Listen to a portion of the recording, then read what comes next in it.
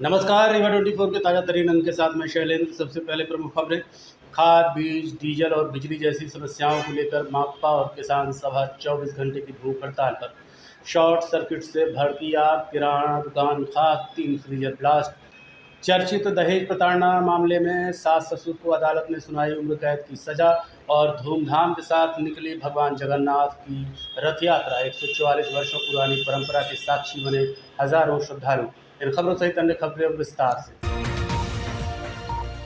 खाद, बीज, डीजल और बिजली की समस्याओं को लेकर माकपा और किसान सभा ने 16 और 17 जुलाई को जिले के 3 स्थानों पर 24 घंटे की भूख हड़ताल की। रीवा जिले के करहिया मंडी, सेमरिया तहसील और अतरैला सोसाइटी में माकपा और मध्य प्रदेश किसान सभा के आह्वान पर 24 घंटे की भूख हड़ताल आयोजित की गई। संगठन का आरोप है कि किसानों को समय पर खाद बीज नहीं मिलता, डीजल की उपलब्धता में दिक्कतें हैं और बिजली व्यवस्था भी बदहाल है, जिससे खेती प्रभावित हो रही है। किसान सभा ने सरकार से पर्याप्त मात्रा में खाद उपलब्ध कराने, कालाबाजारी और नकली खाद बीज पर सख्त कार्रवाई, ई टोकन व्यवस्था की तकनीकी समस्याओं का समाधान, डीजल वितरण में राहत तथा सिंचाई के लिए कम से कम 15 घंटे बिजली उपलब्ध कराने की मांग की है। संगठन ने किसानों और खेत मजदूरों से बड़ी संख्या में भूख हड़ताल में शामिल होकर अपनी मांगों के समर्थन में आवाज़ बुलंद करने की भी अपील की है, ताकि आगे भी ये विरोध जारी रहे। ये सवाल को लेकर मार्क्सवादी कम्युनिस्ट पार्टी एवं किसान सभा द्वारा संयुक्त रूप से पूरे प्रदेश में खाद, बीज एवं डीजल की समस्या को लेकर 24 घंटे की भूख हड़ताल आयोजित की गई। यह हड़ताल पूरे प्रदेश में एक साथ की जा रही है, जिसमें मुख्य रूप से हम ये मांग करना चाहते हैं कि किसानों को खाद जितना उनका कृषि का रकबा है उसमें जितनी मात्रा में लगती हो पर्याप्त मात्रा में खाद दी जाए। डीजल की जो समस्या है उसे तत्काल निदान किया जाए। नकली बीज तमाम बाज़ारों में मिल रहे हैं, उनके रोकथाम के लिए ठोस उपाय किए जाएं तथा सिंचाई के लिए पर्याप्त मात्रा में बिजली दी जाए। ये ऐसे सवाल हैं जिनके समाधान के बिना किसानों को राहत मिल नहीं सकती और सरकार किसान के प्रति पूरी तरह से संवेदनहीन है। उसकी ओर से किसानों की भलाई के लिए जो कदम अपने आप उठाए जाने चाहिए वो नहीं किए जा रहे हैं। इसलिए ये किसान सभा एवं माकपा द्वारा 24 घंटे की भूख हड़ताल की गई है। हम तमाम किसान साथियों से भी आह्वान करना चाहते हैं कि इन सवालों को लेकर यदि कोई ठोस कदम सरकार द्वारा नहीं उठाया गया तो आगे आने वाले समय में जो आंदोलन हो उसमें व्यापक भागीदारी करें, वरना यदि किसान सड़क पर उतर कर लड़ेंगे नहीं तो अपने अस्तित्व को ही मिटा देंगे। ये लड़ाई किसानों के अस्तित्व को बचाने की लड़ाई है। किराना दुकान में शॉर्ट सर्किट से लगी आग ने देखते ही देखते विकराल रूप ले लिया। हादसे में 3 फ्रीजर ब्लास्ट हो गए और करीब 25 लाख रुपए के नुकसान का अनुमान है। रीवा के करहिया मंडी के पास स्थित संतोष किराना दुकान में सोमवार देर रात लगभग 11 बजे अचानक आग लग गई। मिली जानकारी के अनुसार आग लगने की वजह शॉर्ट सर्किट बताई जा रही है। आग इतनी तेजी से फैली कि दुकान में रखे 3 फ्रीजर एक एक कर ब्लास्ट हो गए, जिसमें लपटें और भी भड़क उठी। घटना की सूचना मिलते ही फायर ब्रिगेड की टीम मौके पर पहुंची और कड़ी मशक्कत के बाद आग पर काबू पाया। हालांकि तब तक दुकान में रखा किराना सामान, फ्रीजर और अन्य सामग्री पूरी तरह जलकर राख हो चुकी थी। दुकान संचालक के अनुसार इस अग्निकांड में लगभग 25 लाख रुपए के नुकसान का अनुमान है। पता नहीं, दुकान बंद करके गए, इसके बाद देखे तो यहाँ आग ही आग थी। शॉर्ट सर्किट से फ्रीजर भी कुछ रखे थे, 3 थे फ्रीजर थे, वो भी जल गए। कहीं उसके वजह से, ब्लास्टिंग की वजह से तो आग ज़्यादा भड़क गई? नहीं, ब्लास्टिंग की वजह से नहीं है, लगता है लगाई हुई आग है में। भाई फ्रीजर रखा था 3 काफ़ी तेज आग पकड़ ली। काफ़ी तेज आग थी। लगभग कितने का सामान चला गया? 20-25 लाख का तो सामान ही था पूरा दुकान में। 25 लाख का सामान था। ये कौन सा एरिया है? करहिया एरिया। करहिया। सरकारी स्कूलों की व्यवस्थाओं को लेकर किए जा रहे सरकारी वादे खोखले साबित हो रहे हैं। देखिए हमारी ये खास रिपोर्ट।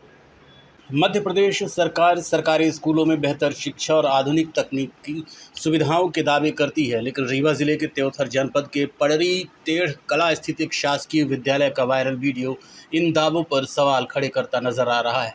वायरल वीडियो में दावा किया जा रहा है कि सुबह 10 बजे विद्यालय खुलने के समय के बाद भी 11 बजे तक कोई शिक्षक स्कूल नहीं पहुंचा। इस दौरान बच्चे स्वयं स्कूल का ताला खोलते, झाड़ू लगाकर कक्षाओं की साफ सफाई करते दिखाई दे रहे हैं। ग्रामीणों ने इस वीडियो को बनाकर सोशल मीडिया पर वायरल किया है। वीडियो में विद्यालय भवन और फर्श की जर्जर स्थिति भी दिखाई दे रही है। साथ ही बच्चों के टाट पर बैठकर पढ़ाई करने का दावा किया जा रहा है। स्थानीय लोगों का कहना है कि शिक्षा व्यवस्था में कई कमियां अब भी बनी हुई हैं।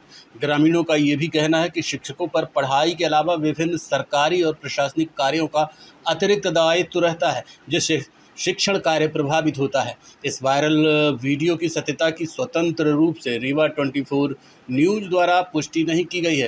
हालांकि वीडियो सामने आने के बाद स्थानीय स्तर पर चर्चाएं तेज हैं।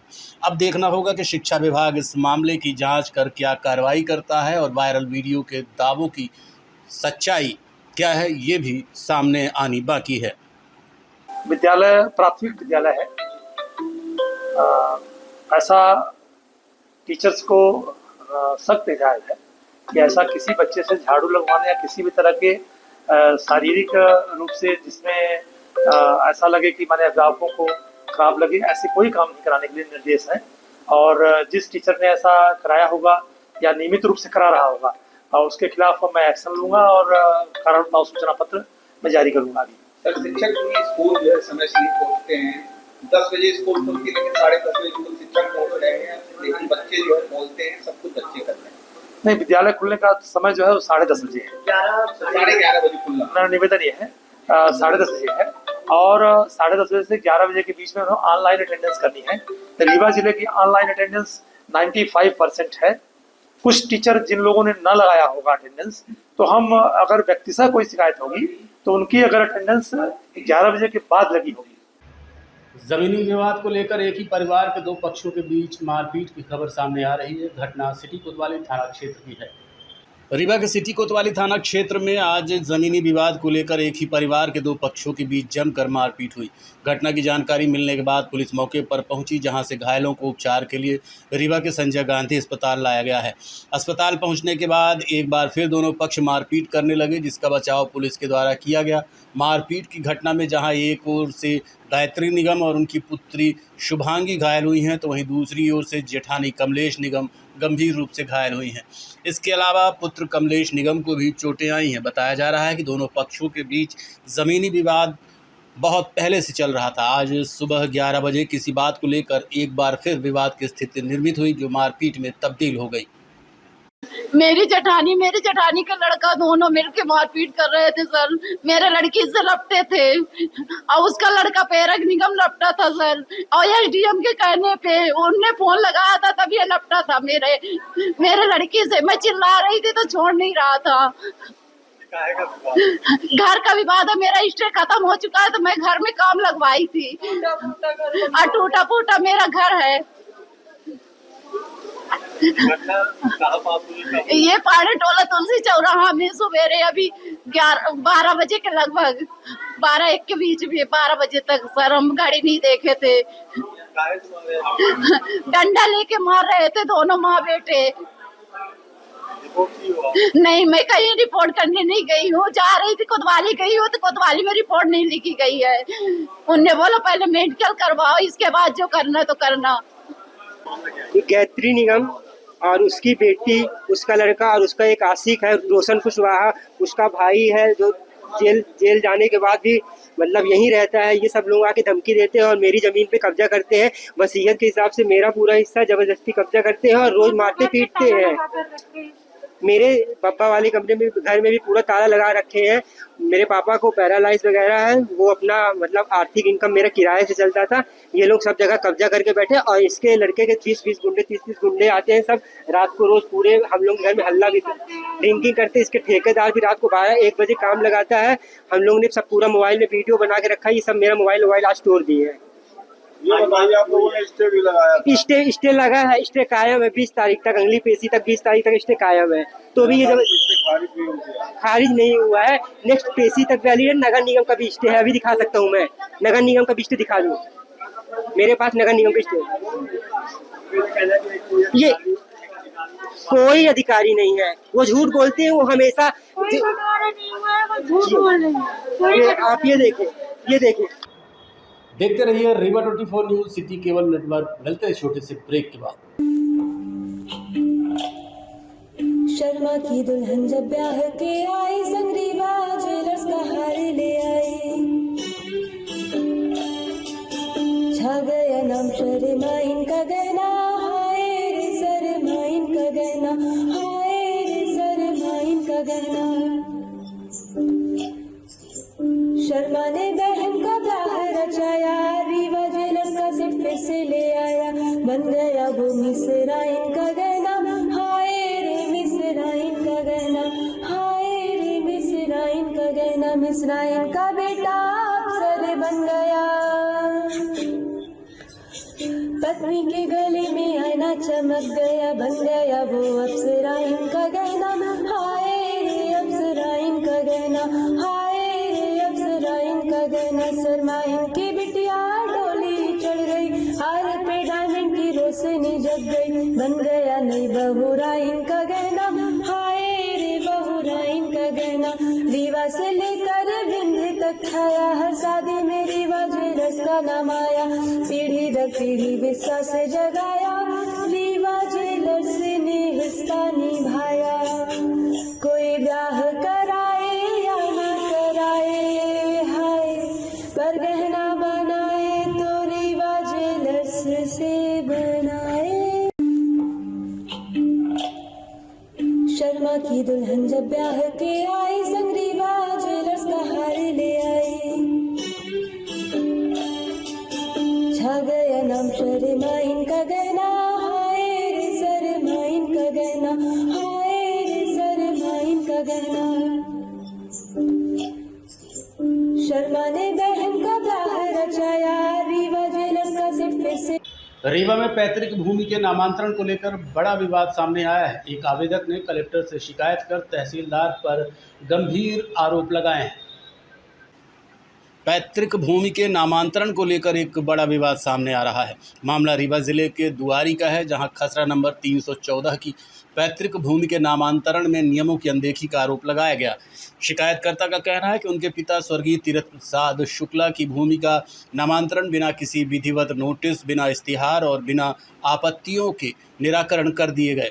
शिकायत में तहसीलदार और एसडीएम न्यायालय के आदेशों पर भी सवाल उठाए गए हैं। आवेदक ने पूर्व और वर्तमान सरपंच सचिव से मिलीभगत से सचरा के गलत प्रमाणीकरण का आरोप लगाते हुए ये भी दावा किया कि वर्तमान में भूमि पर नाम दर्ज करने वाला व्यक्ति गांव का निर्वाचित उप सरपंच है। शिकायतकर्ता ने कलेक्टर से पूरे मामले की निष्पक्ष जांच कर नामांतरण आदेश निरस्त करने और वास्तविक उत्तराधिकारियों के नाम राजस्व रिकॉर्ड में दर्ज करने की मांग की है।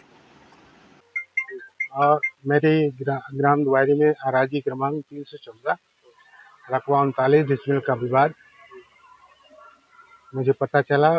विनय द्विवेदी तनय बाल गोविंद द्विवेदी के द्वारा फर्जी तरीके से नामांतरण करा लिया गया, जिसकी शिकायत मैंने जन सुनवाई में 3-4 बार दे चुके।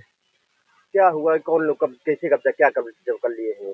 विनय द्विवेदी ने जो है हमारे जमीन में जो है रास्ता बनवा लिया, रोड सरकारी, और दुकानें वगैरह बनवा लिया।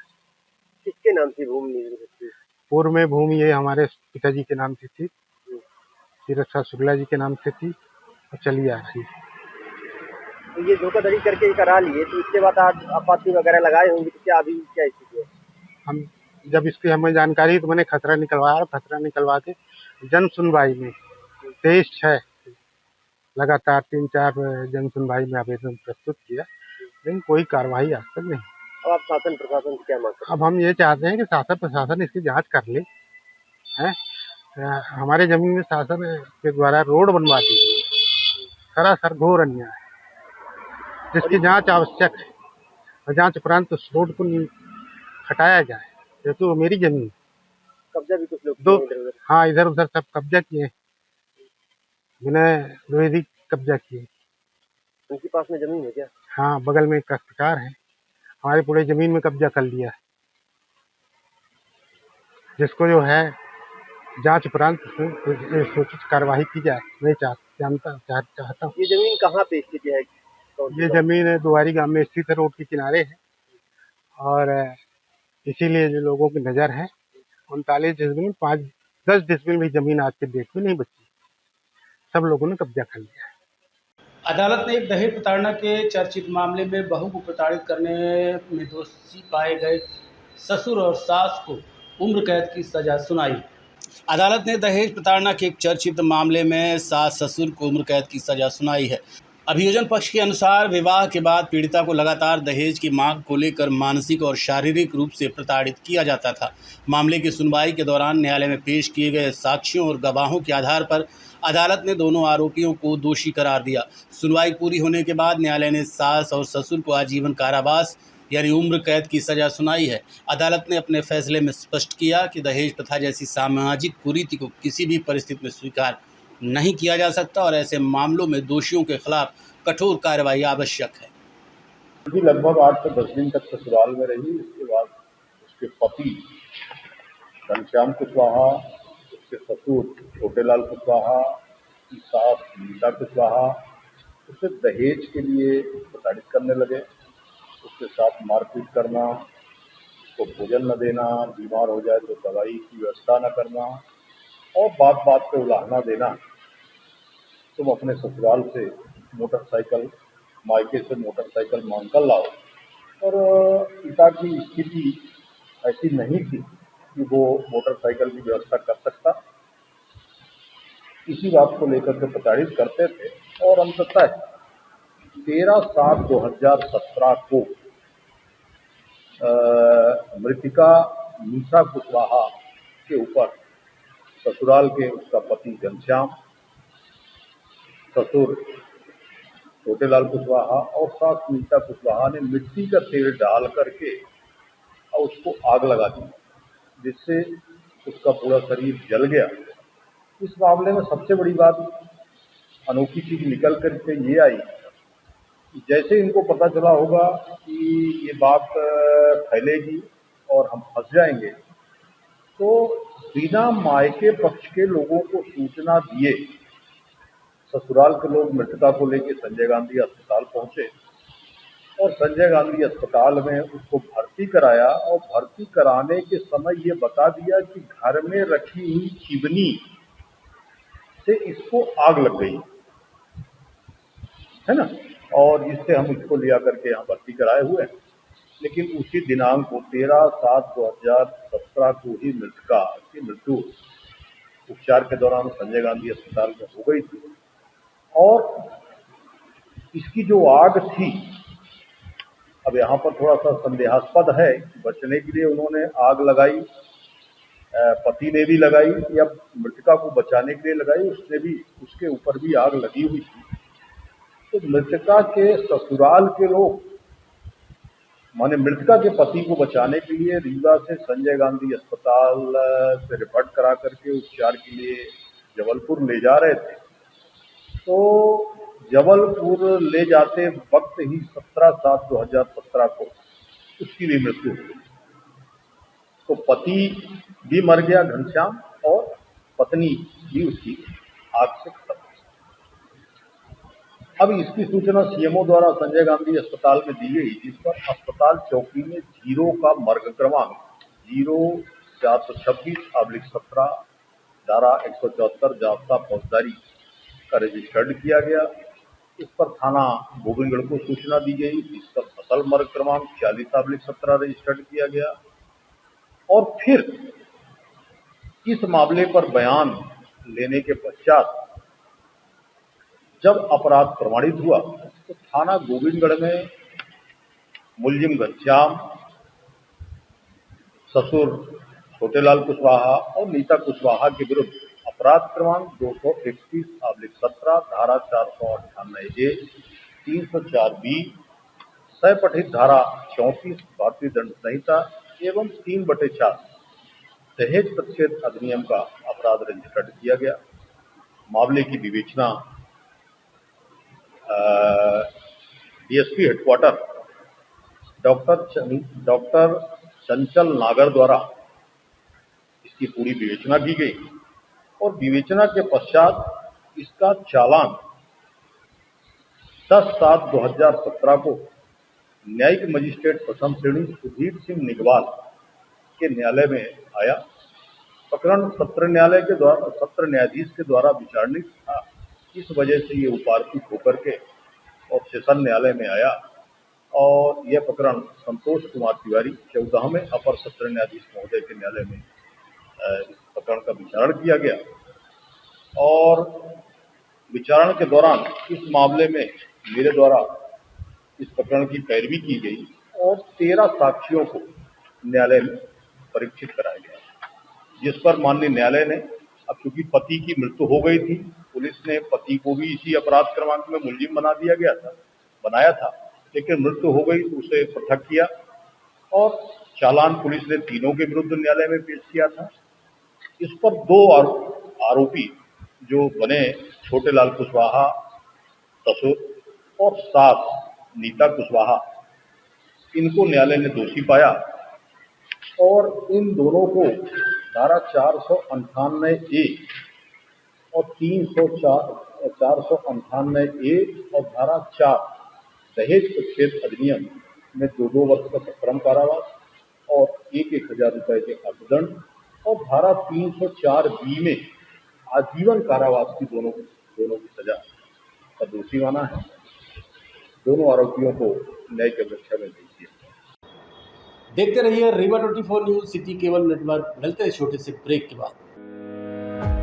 Pentium point group of institution, जो अपने अनुशासन, आधुनिक तकनीक युक्त शिक्षा गुणवत्ता हेतु जाना जाता है। इस ग्रुप के अंतर्गत कई संकायों के अनेक महाविद्यालय संचालित हैं, जिनमें मुख्यतः law college, pharmacy college, management college, art, commerce, science, biotechnology तथा कंप्यूटर साइंस महाविद्यालय संचालित है। महाविद्यालय में BBA, LLB, BCom LLB, BA LLB, LLB, LLM, B Pharma, D Pharma, MBA, BBA, BCA और अन्य प्रोफेशनल पाठ्यक्रम। तो आज ही पधारें Pentium point group of institution में। आधुनिक इंफ्रास्ट्रक्चर, सभी आउटडोर तथा इंडोर खेलों से संबंधित मैदान तथा अत्याधुनिक संसाधनों से लैस ऑडिटोरियम व सभी संकायों की आधुनिक प्रयोगशालाएं संस्था को विशेष स्थान प्रदान करती हैं। लॉ महाविद्यालय में मूट कोर्ट तथा लाइब्रेरी अत्याधुनिक है। फार्मेसी कॉलेज की समस्त लैब अत्याधुनिक मशीनों से सुसज्जित हैं। साथ ही छात्रों को कम्युनिकेशन व सॉफ्ट स्किल संबंधित कक्षाएं प्रदान की जाती हैं। पेंटियम पॉइंट महाविद्यालय की शुरुआत 2002 से संस्थापक BN त्रिपाठी जी द्वारा की गई थी। छात्रों के आने जाने के लिए साल 2010 से छात्र तथा छात्राओं हेतु निःशुल्क बस की सुविधा प्रदान की जा रही है। पेंटियम पॉइंट ग्रुप अपनी उच्च गुणवत्ता युक्त शिक्षा तथा छात्रों के प्लेसमेंट हेतु जाना जाता है। इस ग्रुप के अंतर्गत संचालित महाविद्यालय bar council of India, pharmacy council of India, AICTE तथा उच्च शिक्षा मध्य प्रदेश शासन द्वारा मान्यता प्राप्त महाविद्यालयों का संचालन करता है। तो महाविद्यालय का भ्रमण एक बार जरूर करें। पता इस प्रकार है। महाविद्यालय का प्रथम कैंपस करहिया बीणा सिमरिया रोड तथा दूसरा कैंपस हरदी बीणा सिमरिया रोड में स्थित है। पेंटियम पॉइंट ग्रुप का हेड ऑफिस कॉलेज चौक के समीप स्थित हेड गेवार नगर में है। बिजली का तार सुधारते समय करंट लगने से एक व्यक्ति की मौत हो गई। बताया जा रहा है कि घटना के समय घर में कोई नहीं था। रीवा जिले के करहिया नंबर 1 से दर्दनाक हादसे की खबर सामने आई है। जानकारी के अनुसार करहिया नंबर 1 का रहने वाला विजय साकेत घर की बिजली का तार ठीक कर रहा था। इसी दौरान अचानक बिजली सप्लाई हो गई और करंट की चपेट में आकर तार से चिपक गए। कुछ देर बाद स्कूल से लौटी बेटी ने पिता को बेसुध हालत में देखा और घबराकर पड़ोसियों को सूचना दी। पड़ोसी मौके पर पहुंचे और बिजली का तार हटाकर विजय को अलग किया, लेकिन तब तक काफ़ी देर हो चुकी थी। घटना में उनकी मौत हो गई। इस दर्दनाक हादसे के बाद परिवार और इलाके में शोक का माहौल है। घटना ये था कि वो घर में कोई मौजूद नहीं था, अकेले था वो, तो कोई तार बना रहा था। वो तार कहीं फॉल्ट था, तो फॉल्ट में टेप ओप लगा रहा था, तो वहीं मार दिया फॉल्ट। जूता चप्पल कुछ पहने नहीं था, नंगे पाँव था। फिर लड़की आई उसकी स्कूल से, तो देखी पड़ा है, तो फिर बाजू में जो है जाके बताई कि हमारे पापा जी पड़े हैं। फिर वो लोग आए तो तार वो निकाल करके देखे तो मतलब ख़त्म हो चुके थे। क्या नाम था इनका? विजय कुमार साकेत थे। कितने साल के थे ये? वो 35-40 साल के लोग। आपके पुत्र थे? हाँ पुत्र थे। इनके बच्चे भी हैं? बच्चे भी हैं, 2 बच्चियां हैं, 1 बच्चा है। ये कब की घटना है? एक कल 1:30-2 बजे के आसपास की है, दोपहर में? दोपहर में जी। लाइट गोल थी क्या? अब लाइट अगर गोल होती तो करंट के मारता, लाइट चालू रही होगी। तो बना रहे थे क्या? बना रहा, हाँ तार बना रहा था, कहीं फॉल्ट था तो उसी में टेप ओप लगा रहा था। रीवा एयरपोर्ट का नाम स्वतंत्रता संग्राम सेनानी एवं समाज सेवी स्वर्गीय राजमणि सिंह तिवारी के नाम पर रखने की मांग एक बार फिर उठी है। सामाजिक कार्यकर्ताओं ने प्रधानमंत्री, केंद्रीय नागरिक उड्डयन मंत्री और मुख्यमंत्री के नाम ज्ञापन भेजकर प्रस्तावित रीवा एयरपोर्ट का नाम स्वतंत्रता संग्राम सेनानी एवं समाज सेवी स्वर्गीय राजमणि सिंह तिवारी के नाम पर रखने की मांग की है। ज्ञापन में कहा गया कि स्वर्गीय राजमणि सिंह तिवारी ने स्वतंत्रता संग्राम में महत्वपूर्ण योगदान देने के साथ साथ समाज सेवा के क्षेत्र में भी उल्लेखनीय कार्य किए।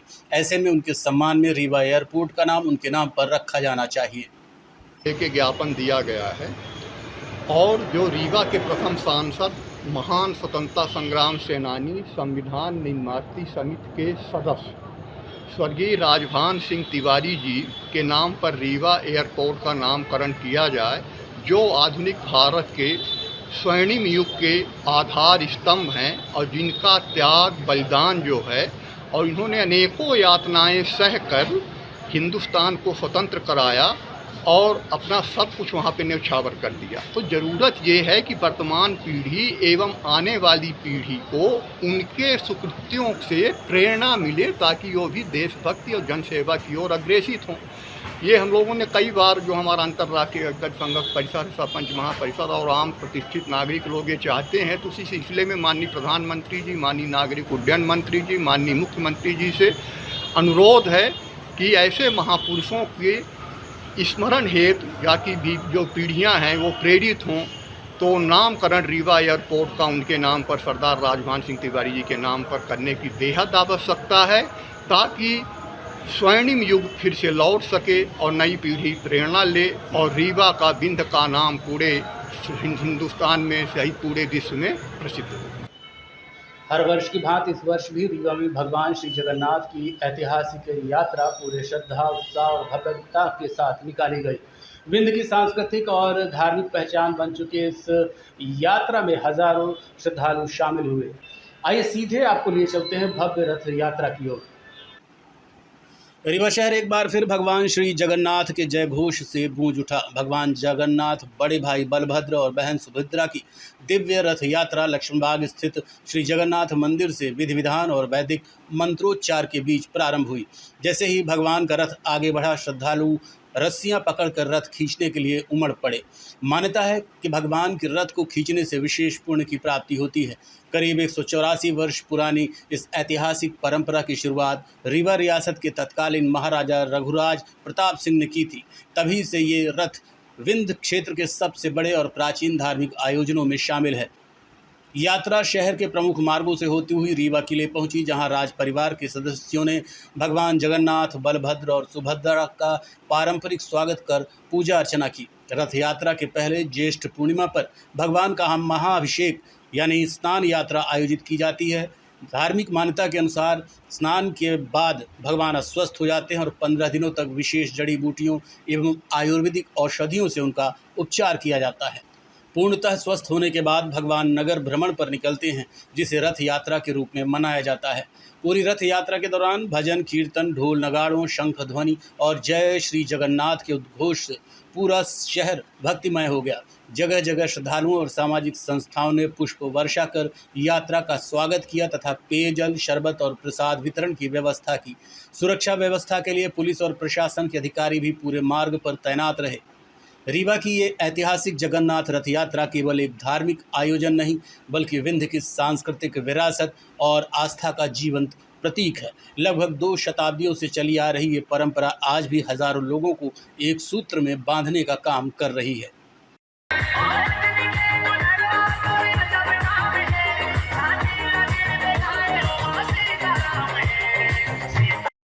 हम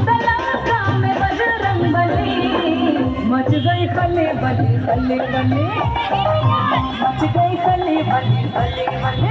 आज के अंक में इतना ही। देखते रहिए Rewa 24 news city cable network.